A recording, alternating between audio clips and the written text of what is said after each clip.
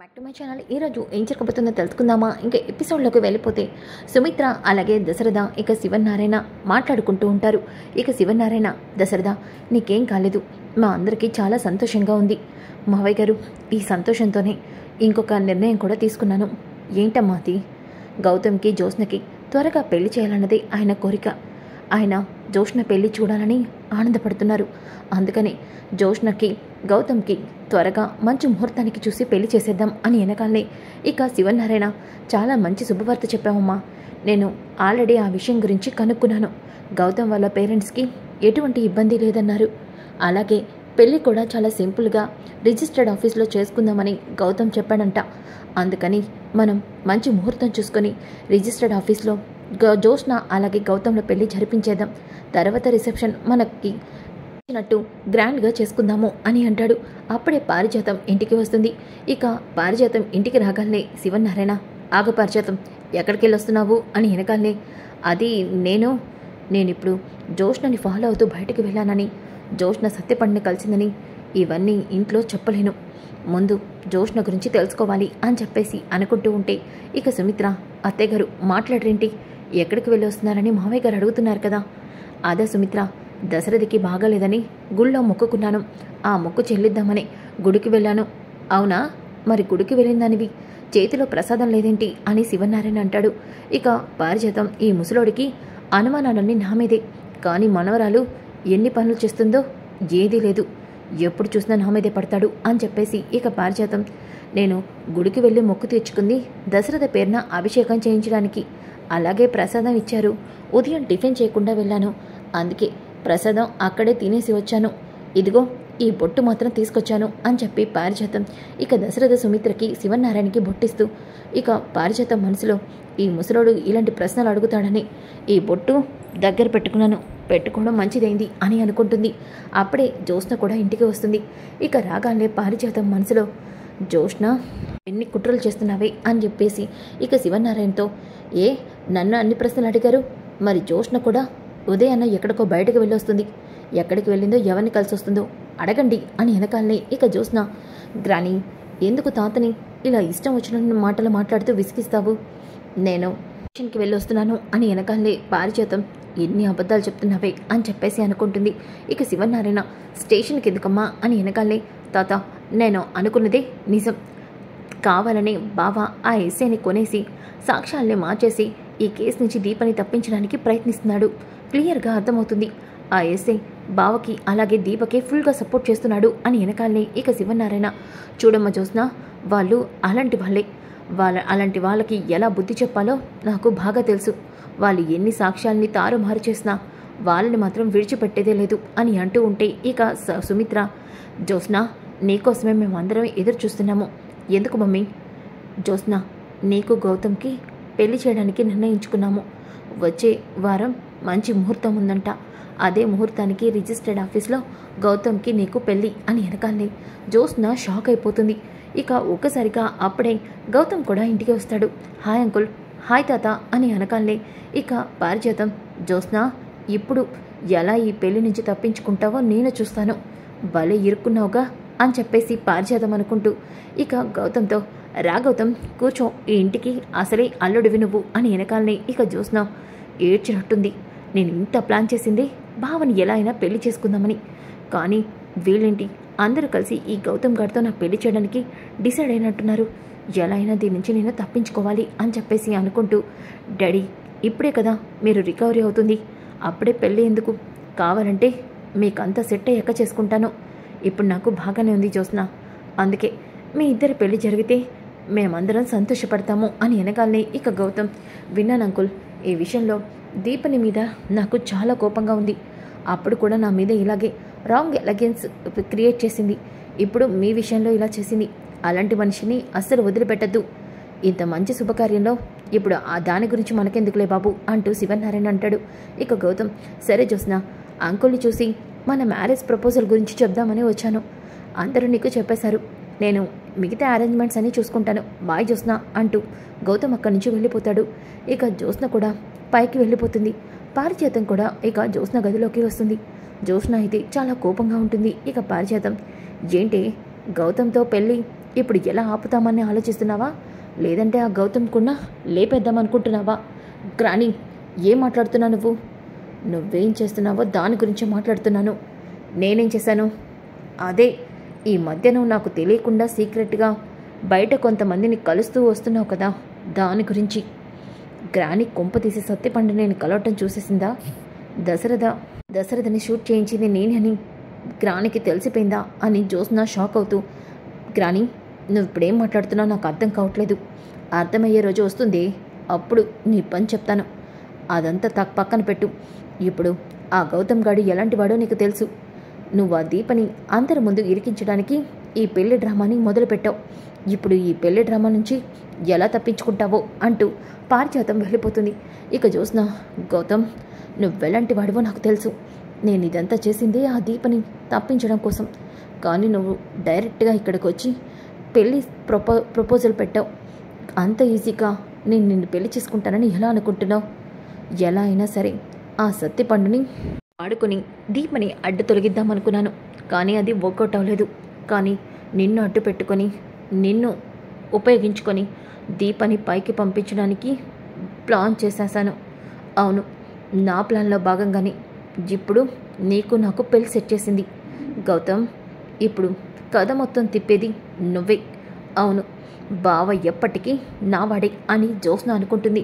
ఇంకా ఒక పక్కన దీప అయితే కార్తిక్ దగ్గరికి వచ్చి, కార్తిక్ బాబు, మీతో ఒక విషయం మాట్లాడాలి. దీప, దేని గురించి? అది రెస్టారెంట్కి వెళ్ళడం గురించి. వెళ్తున్నాంగా మనం. అది కాదు కార్తిక్ బాబు. దీప, నువ్వు ఏ ఆలోచనలు పెట్టుకో మాకు. నువ్వు నిర్దోషిగా బయటపడ్డావు. ఆ విషయం సత్యరాజ్ గారికి నేను ఉదయాన్నే కాల్ చేసి చెప్పాను. ఆయన చాలా హ్యాపీగా ఫీల్ అయ్యారు. నీలాంటి వాళ్ళు ఏ తప్పు చేయరని ఆయన 100% నమ్ముతున్నారు. ఆ విషయమే నాతో చెప్పారు. కాబట్టి నువ్వు ఈ విషయం గురించి ఆలోచించద్దు. కార్తిక్ బాబు, మీరు చెప్పే ధైర్యం ఒక్కొక్కసారి నా మనసుకి ఎంత ధైర్యం ఇస్తుంది తెలుసా? కానీ దీప, నీ మనసు నిన్న నాకు తెలిసాక నీ మీద నాకు ఇంకా గౌరవం పెరిగింది. కార్తిక్ బాబు, అవును, ఆ కుటుంబం నీకు ఏ రోజు అందించలేదు. అలాగే ఒక్కరు కూడా నిన్ను అర్థం చేసుకోలేదు. కానీ నువ్వు ఆ కుటుంబం బాగుండాలని కోరుకుంటున్నావు. ఒక్కసారి నేను ఆదరించినందుకు. నీలాంటి మనుషులు ఈ ప్రపంచంలో చాలా తక్కువ మంది ఉంటారు. నీలాంటి గొప్పవాళ్ళు జ్యోత్స్నకి ఎప్పటికీ అర్థం కారు. కార్తిక్ బాబు, ఎందుకలా మాట్లాడుతున్నారు? జ్యోత్స్న తన తప్పుని తాను తెలుసుకుంటుంది. నా భయం ఒకటే, జ్యోత్స్న అనుకున్నట్టు ఆ గౌతమ్ అమాయకుడు కాదు, వాడు పెద్ద రాక్షసుడు. గౌతమ్ వల్ల జ్యోత్స్నకి ఏదైనా ప్రమాదం కలుగుతుందేమోనని నా భయం. దీపా, నువ్వు జ్యోత్స్నకి గౌతమ్ వల్ల ప్రమాదం జరుగుతుంది అని అనుకుంటున్నావు. మరి అదే గౌతమ్ వల్ల నీకు కూడా ప్రమాదం జరుగుతుంది కదా, అది నువ్వెందుకు ఆలోచించలేకపోతున్నారు? ఏంటి కార్తిక్ బాబు మీరు అంటుంది? అవును దీపా, ఆ గౌతమ్తో ఎలా అయినా జ్యోత్స్న పెళ్ళి ఆగిపించాలని నువ్వు ట్రై చేస్తున్నావు. కానీ ఆ గౌతమ్ గాడు జ్యోత్స్నని పెళ్లి చేసుకోవడానికి చాలా ప్లాన్ చేస్తున్నాడు. ఇంటికొచ్చి కూడా మిమ్మల్ని బెదిరించాడు. అలాంటి గౌతమ్ రేపు ఈ పెళ్లి కోసం నీ మీద కోపంతో ఏదైనా చేయొచ్చు కదా. నువ్వు ఆ విషయం ఎందుకు ఆలోచించట్లేదు? కార్తిక్ బాబు, నాకేదైనా అయితే చూసుకోవడానికి మీరున్నారు. కానీ ప్రతిసారి అది జరగదు కదా దీపా. అందుకే చెప్తున్నాను, గౌతమ్ విషయంలో, జ్యోత్స్న విషయంలో నువ్వు తద్దుల్చు మాకు. అవును, జ్యోత్స్న ఎంత తెలివైందో నాకు తెలుసు. అలాగే గౌతమ్ లాంటి వాడిని జ్యోత్స్న ఎప్పటికీ పెళ్లి చేసుకోదు. ఆ విషయంలో నేను నీకు పూర్తి నమ్మకం చెప్తున్నాను. అందుకే దయచేసి నువ్వు ఈ విషయాన్ని ఇక్కడితో వదిలే దీపా, అంతా నేను చూసుకుంటాను అని చెప్పేసి ఇక కార్తిక్ అయితే అంటాడు. ఇక దీప, సరే కార్తిక్ బాబు, మీరు నా గురించి చెప్పేది మంచి కోసమే కదా అని చెప్పేసి అంటుంది. ఇంకా ఉదయం అవుతుంది. ఉదయమైన తర్వాత సుమిత్ర అలాగే దశరథ గుడికి బయలుదేరుతారు. ఇక శివనారాయణ, అమ్మ సుమిత్ర, గుడికి బయలుదేరుతున్నారా? నేను కూడా మీతో పాటు వస్తాను. సరే మామయ్య గారు అని చెప్పేసి అంటూ ఉంటే ఇక పారిజాతం, నేను నిన్నే వెళ్ళంలే సుమిత్ర, మీరు వెళ్ళండి అని చెప్పేసి అంటుంది. ఇక ముగ్గురు కూడా గుడికి బయలుదేరుతారు. ఇంతలోకి జ్యోత్స్న కిందకి వస్తుంది. గ్రాని, తాత, మమ్మీ, డాడీ ఎవరూ కనిపించట్లేదు. వాళ్ళు దశరథకి ఏదో అభిషేకం చేయించాలంటే గుడికి వెళ్ళారే. అవునా, సరే, నేను కూడా బయటికి వెళ్తున్నాను. ఎక్కడికి? అన్నీ నీకు చెప్పాలా ఏంటి? ఆ సత్యపండును కలవటానికా? గ్రాని, ఏమంటున్నావు నువ్వు? సత్యపండుని కలవటం ఏంటి? అదే, అప్పుడు ఆ రమ్య గురించి ఆ సత్యపండుతో చేతులు కలిపి ఆ గౌతమ్ గాడిని సేవ్ చేసావు కదా. ఇప్పుడు గౌతమ్ గాడిని పెళ్లి చేసుకోవడానికి మళ్ళీ ఆ సత్యపండుని కలిసి ఏదైనా డ్రామా చేస్తున్నావేమోనని. గ్రాని ఏంటి ఇలా డౌట్ఫుల్గా మాట్లాడుతుంది? కొంప తీసి గ్రానికి సత్యపండు గురించి తెలిసిపోయిందా? నో, అలా తెలియకూడదు అని చెప్పేసి అనుకుంటుంది. ఇక జ్యోత్స్న, గ్రాని నేను ఆఫీస్లో చిన్న పనుంది అందుకని వెళ్తున్నాను అంటూ జ్యోత్స్న అక్కడి నుంచి వెళ్ళిపోతుంది. ఇంకా ఒక పక్కన సుమిత్ర అలాగే దశరథ శివనారాయణ ఇక గుడి దగ్గరికి వస్తారు. సుమిత్ర దశరథ పేరున అర్చన చేయమని అలాగే ఆయనకి పెద్ద ప్రమాదం నుంచి బయటపడ్డారని చెప్తుంది. సరేనమ్మా, మృత్యుంజయ హోమం చేస్తే ఇక ఎటువంటి ప్రమాదం ఉండదు, వచ్చే వారం ఆ హోమం చేయించుకోండమ్మా అని చెప్పి పంతులు అంటాడు. సరే పంతులు గారు అని ఎనగాలే ఇక పంతులు గారు మంత్రాలు చదువుతూ ఇక అర్చన చేయిస్తూ పూజ అంతా జరిపిస్తాడు. సుమిత్రని 11 ప్రదక్షిణలు చేసి రమ్మంటాడు. ఇక సుమిత్ర దశరథ శివనారాయణని అక్కడే ఉండమని ప్రదక్షిణలు చేయడానికి గుడి చుట్టూ తిరుగుతూ ఉంటుంది. అలా సుమిత్ర గుడి చుట్టూ తిరుగుతూ ఉంటే అప్పుడే తనకి రమ్య కనిపిస్తుంది. ఇక రమ్యని చూసి ఒక్కసారిగా సుమిత్ర, ఆగు, నువ్వు రమ్య కదూ? అవునండి. మీరు ఆ రోజు దీప నీతో తప్పుడు సాక్ష్యం చెప్పించడానికి మా ఇంటికి తీసుకొచ్చిందిగా? అయ్యో లేదండి, ఆ రోజు దీపక చెప్పింది నిజమే. అవును, కానీ ఆ రోజు ఆ సత్యపండు నా పక్కన ఉండడంతో భయంతో నేను మీకు నిజం చెప్పలేదు. ఏంటి నువ్వు అంటుంది? అంటే నీ కడుపులో బిడ్డకు తండ్రి ఆ గౌతమేనండి. అవును, వాళ్ళ ఇంట్లో నేను పనిచేస్తూ ఉంటాను. ప్రేమ పేరుతో నన్ను మోసం చేసి నా కడుపులో బిడ్డకి తండ్రి అయ్యి తర్వాత అబార్షన్ చేయించుకోమని నాకు డబ్బులు ఇచ్చాడు. ఈ విషయం తెలిసిన దీపక్క నాకు న్యాయం చేయడానికి పోలీస్ స్టేషన్లో కేసు పెట్టమంది. కానీ పెద్దవాళ్ళతో పెట్టుకుంటే మా జీవితాలు నాశనం అవుతాయని మేము పోలీస్ కేసు పెట్టద్దు అన్నాము. అలాగే వాడు మీ అమ్మాయిని పెళ్లి చేసుకుంటున్నాడన్న విషయం తెలిసి మీ కూతురు జీవితం నాశనం కాకూడదని గౌతమ్ గురించి నిజం చెప్పమంది. ఆ నిజం చెప్పడానికి నేను అక్కడికి వచ్చాను. కానీ ఆ సత్యపండు మా వీధిలో పెద్ద రౌడీ. వాడు ఎందుకు అక్కడికి వచ్చి నేను వాడి భార్యని అలాగే నా కడుపులో బిడ్డకి తల్లిని అని అబద్ధం చెప్పాడో తెలీదు. కానీ వాడు రౌడీ. అలా చెప్పకపోతే నా ప్రాణాలు తీస్తాడన్న భయంతో ఆ రోజు వాడు చెప్పిందే నిజమని చెప్పి అక్కడి నుంచి వెళ్ళిపోయాను.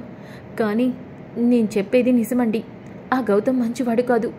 వాడు ఎంతోమంది ఆడపిల్లల జీవితాల్ని నాశనం చేశాడు. దయచేసి మీ అమ్మాయి జీవితాన్ని కూడా నాశనం చేయొద్దు. ఇప్పుడు నేను ఇన్ని కష్టాలు పడుతున్నా, రేపు మీ కూతురు కూడా ఇలాగే కష్టాలు పడుతుంది అంటూ రమ్య ఏడుస్తూ అక్కడి నుంచి వెళ్ళిపోతుంది. ఒక్కసారిగా సుమిత్ర తన చేతిలో ఉన్న కొబ్బరికాయని అలాగే పళ్ళన్ని కింద పడేస్తుంది. దశరథ శివనారాయణ అలా సౌండ్ రావడంతో గబగబా సుమిత్ర దగ్గరికి వెళ్తారు. అమ్మ సుమిత్ర, ఏమైందమ్మా అని వెనకాలనే ఇక దశరథ అలాగే శివనారాయణ అక్కడే ఉన్న రమ్యని చూసి షాక్ అవుతారు. ఈ అమ్మాయి మావయ్య గారు, రమ్య చెప్తుందంతా నిజమేరా మావయ్య గారు? ఏంటమ్మా నువ్వంటుంది? ఇది ఆ దీప పురమాయించిన అమ్మాయి కదా? అయ్యో కాదు మావయ్య గారు, ఇదంతా కూడా అబద్ధం. నిజంగానే ఈ రమ్య జీవితాన్ని గౌతమ్ నాశనం చేశాడు. గౌతమ్ మంచివాడు కాదంట అని వెనకాలనే ఒక్కసారిగా దశరథ అలాగే శివనారాయణ షాక్ అయిపోతారు. ఇక సుమిత్ర, మావయ్య గారు అంటే దీప చెప్పిందంతా నిజమే అన్నమాట. గౌతమ్ మంచివాడు కాదు. దీప జ్యోత్స్న జీవితాన్ని కాపాడడం కోసమే ఆ రోజు నిశ్చితార్థాన్ని ఆపింది. కానీ మనం అర్థం చేసుకోకుండా దీపని చాలా మాటలు అన్నాము. ఇప్పుడు అనిపిస్తుంది మనం తప్పు చేశామని. అమ్మ సుమిత్ర, నువ్వు చెప్తుంటే ఇప్పుడు నాకు కూడా అలాగే అనిపిస్తుంది అని చెప్పేసి శివనారాయణ అయితే ఇక సుమిత్ర దశరథని తీసుకొని ఇంటికైతే వచ్చేస్తాడు. ఇంతలోకి అప్పుడే జ్యోత్స్న కూడా ఇంటికి వస్తుంది. రాగానే శివనారాయణ డల్గా ఉండడం చూసి, మమ్మీ డాడీ గుడికి వెళ్ళాలన్నారు, మరి అలా ఉన్నారేంటి? ఆ గౌతమ్ నిజ స్వరూపం ఏంటో తెలిసింది, అందుకే పెళ్ళి క్యాన్సిల్ చేస్తున్నాం అని వెనకాలనే జ్యోత్స్న షాక్ అయిపోతుంది. అదేంటి, తాత వాళ్ళకి గౌతమ్ గురించి ఎలా తెలిసింది అని అనుకుంటూ ఉంటే ఇక సుమిత్ర, జ్యోత్స్న దీప చెప్పిందంతా నిజం. ఆ రోజు ఇంటికి వచ్చిన రమ్య మాకు గుళ్ళో కనిపించింది. నిజంగానే ఆ అమ్మాయిని ఆ గౌతమ్ గాడు నాశనం చేశాడంట. తన కడుపులో బిడ్డకి తండ్రి వాడేనంట. ఆ గౌతమ్ అస్సలు మంచివాడు కాదంట. ఈ విషయం తెలియక నీ పెళ్లి చేయాలనుకున్నాము.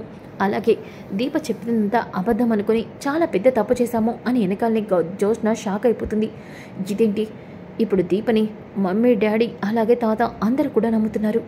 ఈ దీపని ఎన్ని రోజుల నుంచో ఇంటికి దూరం చేయాలనుకుంటే ప్రతిసారి అది ఏదో ఒక ఫెయిల్యూర్ వస్తూనే ఉంది అని జ్యోత్స్న ఫీల్ అయిపోతూ ఉంటే ఇక సుమిత్ర, జ్యోత్స్న ఏమైంది, ఏం మాట్లాడవేంటి?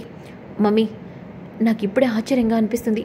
ఆ గౌతమ్ ఇంత చెడ్డవాడా అని అంటూ ఉంటే పారిజాతం ఎంత నటిస్తున్నావే అని అనుకుంటుంది. ఇక శివనారాయణ ఇప్పుడే ఫోన్ చేసి పెళ్ళి క్యాన్సిల్ చేయిస్తాను అంటూ కాల్ చేసి గౌతమ్ పేరెంట్స్తో, గౌతమ్ని పెళ్లి చేసుకోవడం మా మనవరాలకి ఇష్టం లేదు, అలాంటి వాడితో మా మనవరాలి పెళ్లి ఎప్పటికీ చెయ్యం అంటూ కాల్ కట్ చేసేస్తారు. ఇక గౌతమ్ పేరెంట్స్ ఒక్కసారిగా షాక్ అవుతారు. అప్పుడే గౌతమ్, మమ్మీ డాడీ ఏమైందంట వెంట్రా?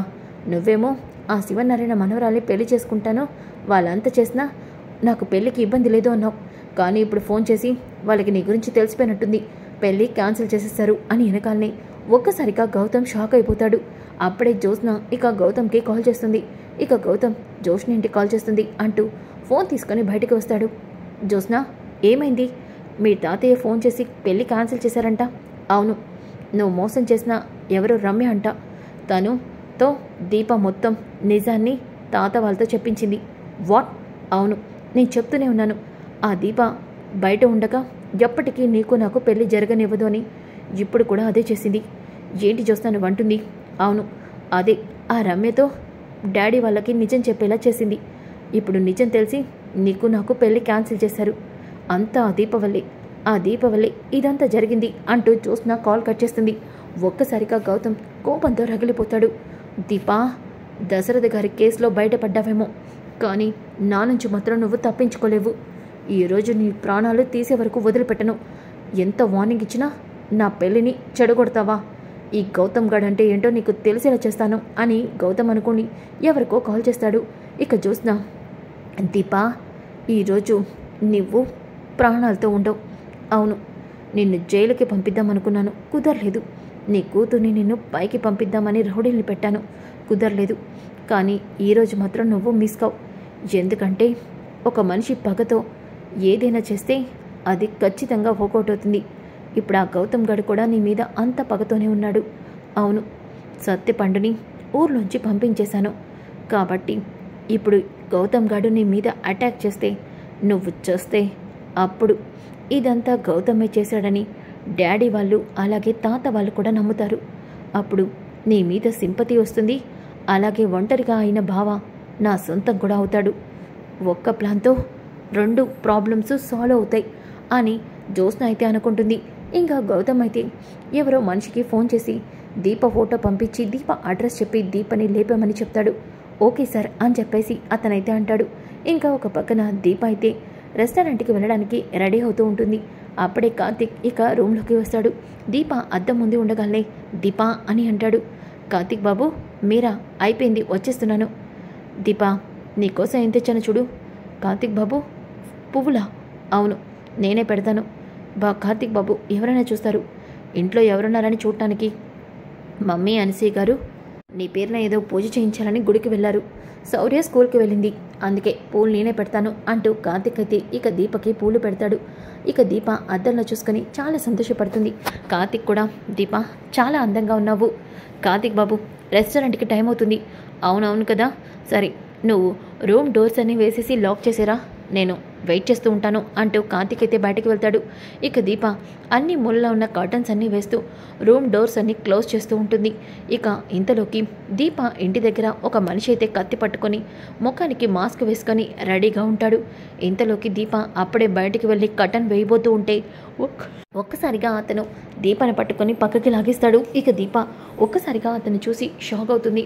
దీప నోరు మూసేసి ఇక దీపని ఒక కత్తి తీసి కత్తితో గట్టిగా పొడిచేస్తాడు. ఒక్కసారిగా దీప అరుస్తూ అరుస్తూ కుప్పకూలిపోతుంది. ఇక వాడు దీపని కింద పడేసి అక్కడి నుంచి పారిపోతాడు. ఇక బయట వెయిట్ చేస్తున్న కార్తిక్ అయితే, హలో దీప మేడం, ఎప్పుడొస్తారు? త్వరగా రండి అని అరుస్తూ ఉంటాడు. ఇదేంటి తలుపులేసి వస్తానన్న దీప ఇంతసేపైనా రాలేదు, ఏమై ఉంటుంది అని కార్తిక్ అయితే ఇక లోపలికి వెళ్తాడు. ఇల్లంతా నిశ్శబ్దంగా ఉంటుంది. దీప దీప అని అంటూ ఉన్న దీప ఎక్కడ కూడా కనిపించదు. ఇదేంటి దీప ఎక్కడుంది అంటూ లోపలికి వెళ్తూ ఉంటే ఒక్కసారిగా గుమ్మం దగ్గర బ్లడ్ వస్తూ ఉంటుంది. ఇక కార్తిక్ అక్కడ అడుగు వేస్తాడు. ఏంటి తడిగా ఉంది, ఇదేంటి ఇది బ్లడ్? దీప అంటూ డోర్ ఓపెన్ చేసి చూడగానే అక్కడ దీప రక్తపు మడుగులో ఉంటుంది. కార్తిక్ బాబు అంటూ ఒక్కసారిగా దీప స్పృహ కోల్పోతుంది. కార్తిక్ రక్తపు మడుగులో ఉన్న దీపని చూసి షాక్ అవుతాడు. వెంటనే దీపని తీసుకొని అంబులెన్స్లో హాస్పిటల్కి బయలుదేరుతాడు. ఇక లోపల దీపకైతే ట్రీట్మెంట్ చేస్తూ ఉంటారు. ఇంతలోకి కాంచన అనసూయ కూడా హాస్పిటల్కి వస్తారు. ఇక కాంచన, ఏమైందిరా కార్తిక్, దీపకి ఇలా ఎలా అయింది? తెలీదు మమ్మీ, నేను బయట వెయిట్ చేస్తుంటాను, డోర్స్ వేసి రమ్మన్నాను. ఇంతలోకి దీప అలా కనిపించింది. ఇది ఎవరు చేశారో ఆ నర్సిగాడే చేసుంటాడు బాబు అని అనసూయ అనగానే ఇక కార్తీక్ వాడు జైల్లో ఉన్నాడు, వాడు చేసే అవకాశం ఉండదు అని చెప్పేసి అంటూ ఉంటే ఇక అప్పుడే గౌతమ్ అయితే జ్యోత్స్నకి కాల్ చేస్తాడు. హలో గౌతమ్, ఏంటి ఫోన్ చేసావు? చెప్పాను కదా మన పెళ్ళి క్యాన్సిల్ అయిందా దీప వల్ల అని. అందుకే ఆ దీపని భూమి మీద లేకుండా చేశాను. వాట్? అవును, నా జోలికి వస్తే ఏం జరుగుతుందో ఆ దీపకి, ఆ ఫ్యామిలీ మొత్తానికి అర్థమయ్యేలా చేశాను. నీకు ఇప్పటికీ న్యూస్ వచ్చుండొచ్చాయి. ఏం చేసావు? దీపని కత్తితో పొడిపించాను. ఇక దీప బ్రతికే ఛాన్సే లేదు. వాడు సీనియర్ కిల్లర్. ఖచ్చితంగా దీప చస్తుంది అంటూ గౌతమ్ కాల్ కట్ చేస్తాడు. ఒక్కసారిగా జ్యోత్స్న ఆ మాటతో చాలా హ్యాపీగా ఫీల్ అవుతుంది. దీప ఇక నీ అడ్డు నాకు తొలగిపోయినట్టే అని సంతోషపడిపోతూ ఉంటుంది. ఇక ఇంతలోకి కార్తీక్ అయితే కాశీకి ఫోన్ చేసి దీప గురించి చెప్తాడు. ఆ మాట విన్న కాశీ షాక్ అవుతాడు. ఇక స్వప్న, ఏమైంది కాశీ, ఎందుకలా అన్నయ్య ఫోన్ చేయగానే అలా టెన్షన్ పడుతున్నావు? అక్కని ఎవరో కత్తితో పొడిచారంట. ఏంటి, దీప ఉదయన్ని కత్తితో పొడిచారా అని వెనకాలనే అక్కడే ఉన్న దాసు ఆ మాటల్ని వింటాడు. ఒక్కసారిగా దీప వారసురాలు అని గుర్తు తెచ్చుకుంటాడు. ఇక స్వప్న, కాశీ నాకు భయంగా ఉంది. దీప వదినకి ఏం కాదు కదా? ఏం కాదులే తిల్లు, అక్క చాలా మంచిది. అయినా అక్క మీద అంత కోపం ఎవరికుంది? అక్కని కత్తితో పొడిచే అంత కోపం ఎవరికుంది అని అంటూ ఉంటే అక్కడే ఉన్న దశరథ, ఇంకెవరు? ఆ రాక్షసి దీపని చంపాలనుకుంటుంది. మొన్న అన్నయ్యని, ఇప్పుడు దీపని ఇలాగే వదిలేస్తే అందరి ప్రాణాన్ని తీస్తుంది. వెంటనే నిజం చెప్పాలి. అవును అని అంటాడు. నాన్న, ఏమంటున్నారు మీరు? దీపక్ని ఎవరు పొడిపించుంటారు? ఇంకెవరు? ఆ రాక్షసి జ్యోత్స్న అని వెనకాలనే కాశీ స్వప్న ఇద్దరు కూడా షాక్ అయిపోతారు. సో ఫ్రెండ్స్, కమింగ్ ఎపిసోడ్ చాలా చాలా ఇంట్రెస్టింగ్గా ఉంటుంది. దీపకి మిత్ర బ్లడ్ ఇస్తుంది, అలాగే దీపే అసలు వారసులని నిజం కూడా బయటపడుతుంది. కమింగ్ ఎపిసోడ్ని మిస్ అవ్వకుండా ఉండాలనుకుంటే మా ఛానల్ని సబ్స్క్రైబ్ చేసుకొని, అలాగే ఈ వీడియో నచ్చితే లైక్ చేసి షేర్ చేయండి. Thanks for watching. Back to my channel. ఈరోజు ఏం జరగబోతుందో తెలుసుకుందామా? ఇంకా ఎపిసోడ్లోకి